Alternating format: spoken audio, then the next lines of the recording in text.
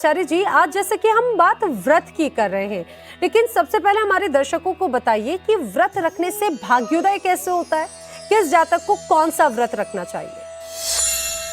व्रत का निर्धारण करने के लिए दुनिया की सबसे उत्तम विधि कुंडली का विश्लेषण होता है। यदि जन्म कुंडली में कोई भी ग्रह जो आपका लाभकारी ग्रह है, वह या तो केंद्र का अधिपति होगा या त्रिकोण का अधिपति होगा। लेकिन आज मैं आपको जो व्रत बताने जा रहा हूं वह है मंगलवार का व्रत।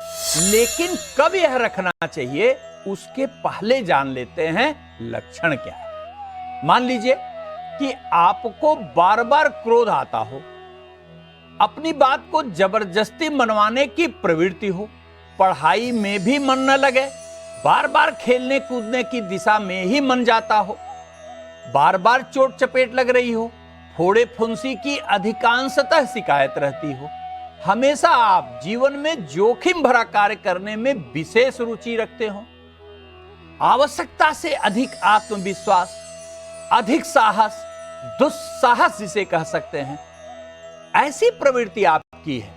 आप स्वयं को सबसे श्रेष्ठ समझते हैं, परिवार के सदस्यों पर कम ध्यान देने की आदत बन गई है आपके मन को सबसे ऊपर समझना, उच्च रक्तचाप, ट्यूमर, कैल्शियम की कमी, यदि ये लक्षण हैं तो ये स्पष्ट करते हैं कि आपके जन्म के समय मंगल की आवश्यक ऊर्जा का अभाव है।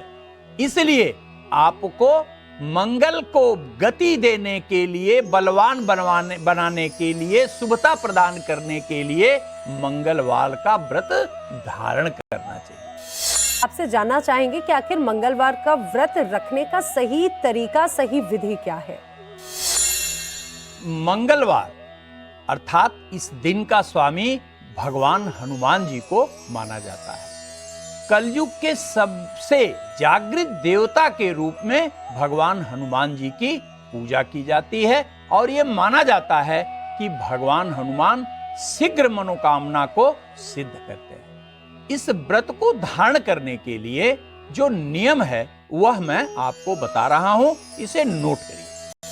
प्रातः उठकर स्नान आदि करके सर्वप्रथम भगवान सूर्य को अर्घ्य देना चाहिए। अर्घ्य देने के बाद हनुमान जी के मंदिर जाकर लाल सिंदूर एवं चमेली का तेल चढ़ाना चाहिए।